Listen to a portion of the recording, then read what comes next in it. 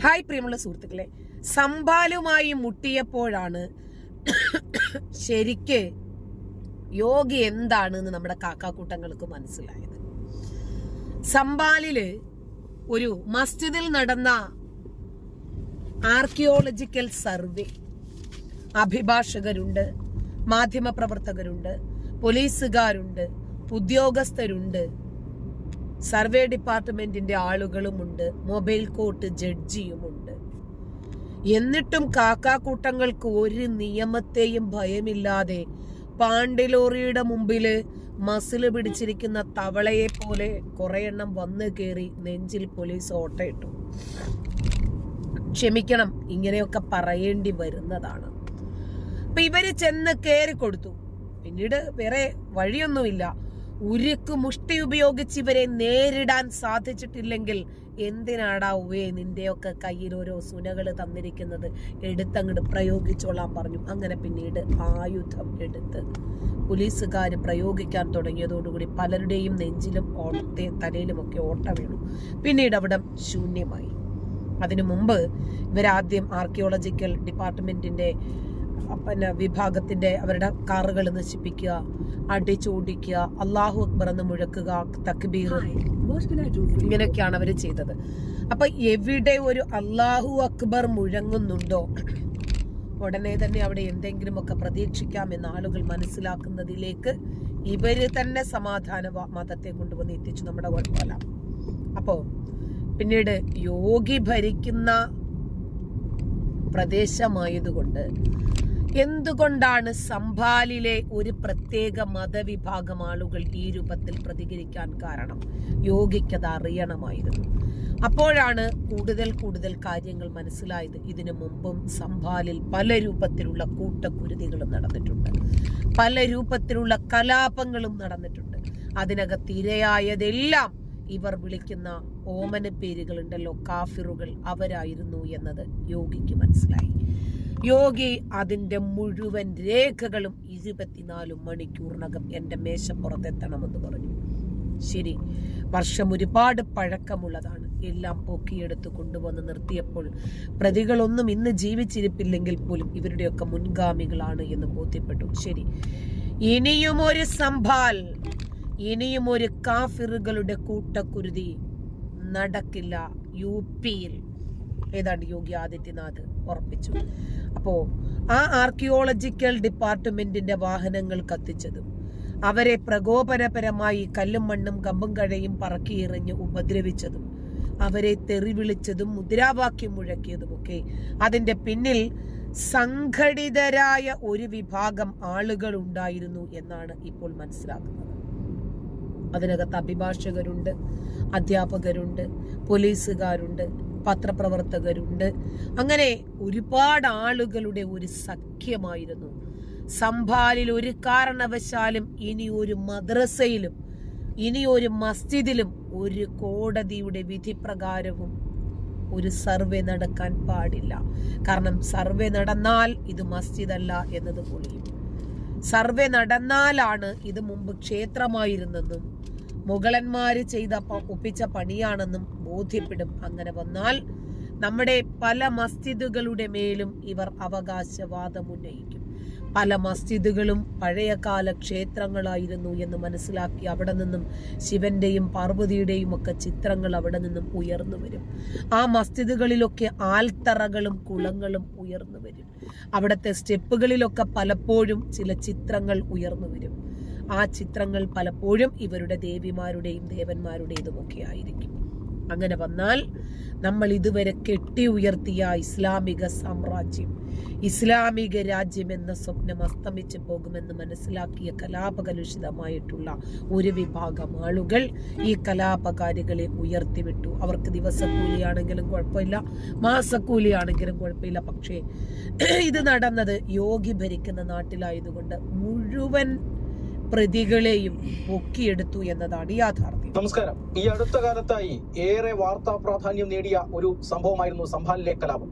സംഭാലിലേത് കലാപം എന്ന് പറയാൻ കഴിയില്ല. കാരണം ഒരു അധോലോകവും അതുപോലെ തന്നെ സംസ്ഥാനത്തെ നിയമവ്യവസ്ഥയും തമ്മിലുള്ള ഒരു പോരാട്ടമായിരുന്നു അത്. അതായത് സംഭാൽ ഹിന്ദു ഭൂരിപക്ഷമുള്ള ഒരു പ്രദേശമായിരുന്നു. പക്ഷേ വർഷങ്ങൾ നീണ്ട കലാപങ്ങൾക്കൊടുവിൽ, സംഭാൽ എന്ന് പറയുന്നത് കലാപങ്ങളുടെ ഒരു നാടായിരുന്നു, ഈ കലാപങ്ങൾക്കൊടുവിൽ പതിയെ പതിയെ കലാപങ്ങളിൽ മനം മടുത്തിട്ട് ഹിന്ദുക്കളെല്ലാം അവിടെ നിന്ന് മാറിപ്പോകുന്നു. അതൊരു മുസ്ലിം ഭൂരിപക്ഷ പ്രദേശമായി മാറുന്നു. അതുകൊണ്ട് തന്നെ അവിടെ ഉണ്ടായിരുന്ന നാമമാത്രമായ ഹിന്ദുക്കളെ അവിടെ നിന്നും പലായനം ചെയ്യിക്കാനുള്ള വലിയ ശ്രമങ്ങൾ, കലാപങ്ങളടക്കം നടക്കുകയും ഇപ്പോൾ അതൊരു മുസ്ലിം ഭൂരിപക്ഷ പ്രദേശമായി മാറുകയും അവിടെ അന്യമതസ്ഥരുടെ വിശ്വാസങ്ങൾക്കോ ആരാധനയ്ക്കോ പ്രാധാന്യമൊന്നുമില്ലാത്ത ഒരു ദുരൂഹമായ അല്ലെങ്കിൽ ഒരു അധോലോകത്തിന് സമാനമായ ഒരു മേഖലയായിരുന്നു. അവിടെ പോലീസോ മറ്റു നിയമ സംവിധാനങ്ങൾക്കോ കടന്നു ചെല്ലാൻ കഴിയില്ലായിരുന്നു.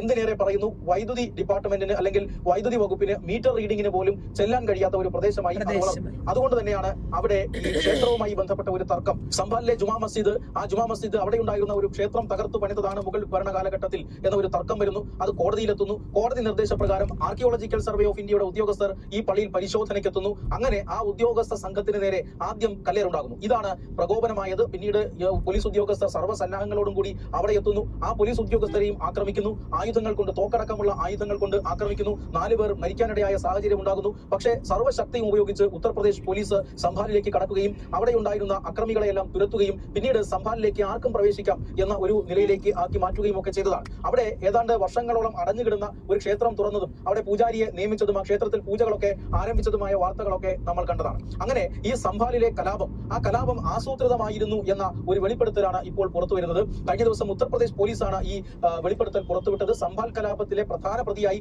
അറസ്റ്റിലുള്ള ഗുലാം എന്ന് പറയുന്ന ഒരു ക്രിമിനലാണ് ഇതിന് പിന്നിലെ. നോക്കണം, പോലീസുകാരെ ഉപദ്രവിക്കുക, ജഡ്ജിനെ ഉപദ്രവിക്കുക, അഭിഭാഷകര് വന്ന വാഹനങ്ങൾക്ക് തീയിടുക, ഇതൊരു സാധാരണക്കാരനെ കൊണ്ട് കഴിയുന്ന കാര്യമല്ല. അത് തന്നെയാണ് യുപിയിലെ ജഡ്ജും പറഞ്ഞത്.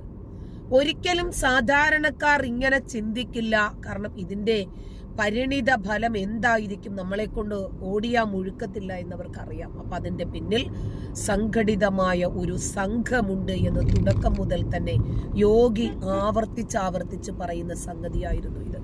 ഇപ്പോഴാണ് ഇതിന്റെ കർട്ടൻ പൊങ്ങിയത്. ഇപ്പോഴാണ് യാഥാർത്ഥ്യം എന്താണ് എന്ന് അനാവൃതമാകുന്നത്. സംഭാലിന് പിന്നിലെ ഈ ഗൂഢാലോചനയെ പറ്റി പോലീസിനോട് പറഞ്ഞത്, അതായത് വലിയൊരു കലാപം അവിടെ ഉണ്ടാക്കുക, ആ കലാപത്തിനിടയിൽ അഭിഭാഷകനായ വിഷ്ണു ശങ്കർ ജെയിനിനെ കൊലപ്പെടുത്തുക, അതായിരുന്നു ഭീകരരുടെ ഉദ്ദേശം എന്നാണ് ഇപ്പോൾ പുറത്തു വരുന്നത്. എന്തായാലും ഈ കലാപം സൃഷ്ടിച്ച ആളുകൾ, കലാപത്തിനായി ഗൂഢാലോചന നടത്തിയ ആളുകൾ തങ്ങൾക്ക് ആയുധങ്ങൾ തന്നിരുന്നു. അതോടൊപ്പം തന്നെ ഒരു ഫോട്ടോഗ്രാഫ് തന്നിരുന്നു. ആ ഫോട്ടോഗ്രാഫ് വിഷ്ണു ശങ്കർ ജെയിൻ എന്ന അഭിഭാഷകന്റേതായിരുന്നു. കലാപത്തിനിടയിൽ അദ്ദേഹത്തെ കൊലപ്പെടുത്തുക, അതിനുശേഷം ഇന്ത്യ ഒട്ടുക്കും ഇങ്ങനെ ഈ കലാപം ആളിക്കത്തിക്കുക, ഇതൊക്കെയായിരുന്നു കലാപകാരികൾക്ക് ഇതിന് പിന്നിൽ പ്രവർത്തിച്ചവർ നൽകിയിരുന്ന നിർദ്ദേശങ്ങൾ എന്നാണ് ഇപ്പോൾ ഉത്തർപ്രദേശ് പോലീസിന് ലഭിച്ചിരിക്കുന്ന മൊഴി. വിഷ്ണു ശങ്കർ ജെയിൻ എന്ന അഭിഭാഷകൻ ഹിന്ദു വിഭാഗത്തിന്റെ അഭിഭാഷകനാണ്. അതായത് ജുമാ മസ്ജിദ് തർക്കത്തിൽ ഹിന്ദു വിഭാഗത്തിന് വേണ്ടി വാദിക്കുന്ന ഒരു അഭിഭാഷകനാണ്.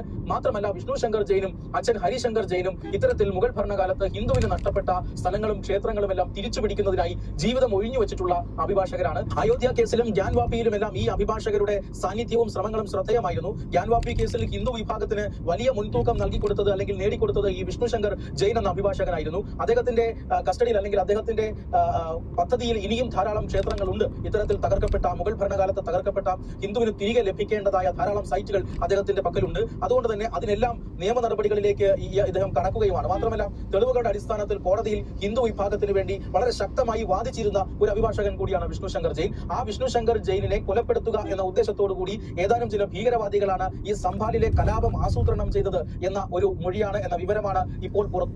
ഇത് എന്താണെന്നറിയാമോ? ഒരു ക്ഷേത്രം തകർത്തു, അവിടെ മസ്ജിദ് പണിതു. ഇത് കണ്ടുപിടിക്കപ്പെട്ടാൽ അടുത്ത മസ്ജിദിലേക്ക് ഇവരുടെ ശ്രദ്ധ പോകും. അതിനേക്കാൾ ഇതിന് മുന്നിട്ടിറങ്ങിയിരിക്കുന്ന, കോടതികളിൽ കേസുകൾ വാദിക്കുന്ന, കേസ് ഫയൽ ചെയ്തിട്ടുള്ള അഭിഭാഷകരുടെ തലയെടുത്താൽ ഇനിയും ജീവനിൽ കൊതിയുള്ള ആരെങ്കിലും ഈ രൂപത്തിൽ ഒരു സർവേക്കോ ഒരു പരാതിക്കോ പോകുമോ മുന്നോട്ട്? ഇതാണ് ഇവരുടെ ലക്ഷ്യം. ഇതിന്റെ മെയിൻ നേതാക്കളെ ഈ ഇന്ന് ഉയർന്നു നിൽക്കുന്ന മസ്ജിദുകളിലൊക്കെ റിസർച്ച് ചെയ്യണം. ഇത് എന്താണ്, ഇത് മുമ്പ് ക്ഷേത്രമായിരുന്നു എന്ന് ഞങ്ങൾ സംശയിക്കാനുണ്ടായിരുന്ന സാഹചര്യങ്ങൾ ഇതാണ് എന്ന് വ്യക്തമാക്കുന്ന ആളുകളെയൊക്കെ തീർത്ത് കളഞ്ഞാൽ ഇനി ഈ ഉദ്യമം ആരും ഏറ്റെടുക്കില്ല എന്നിവരെ തെറ്റിദ്ധരിക്കുന്നു.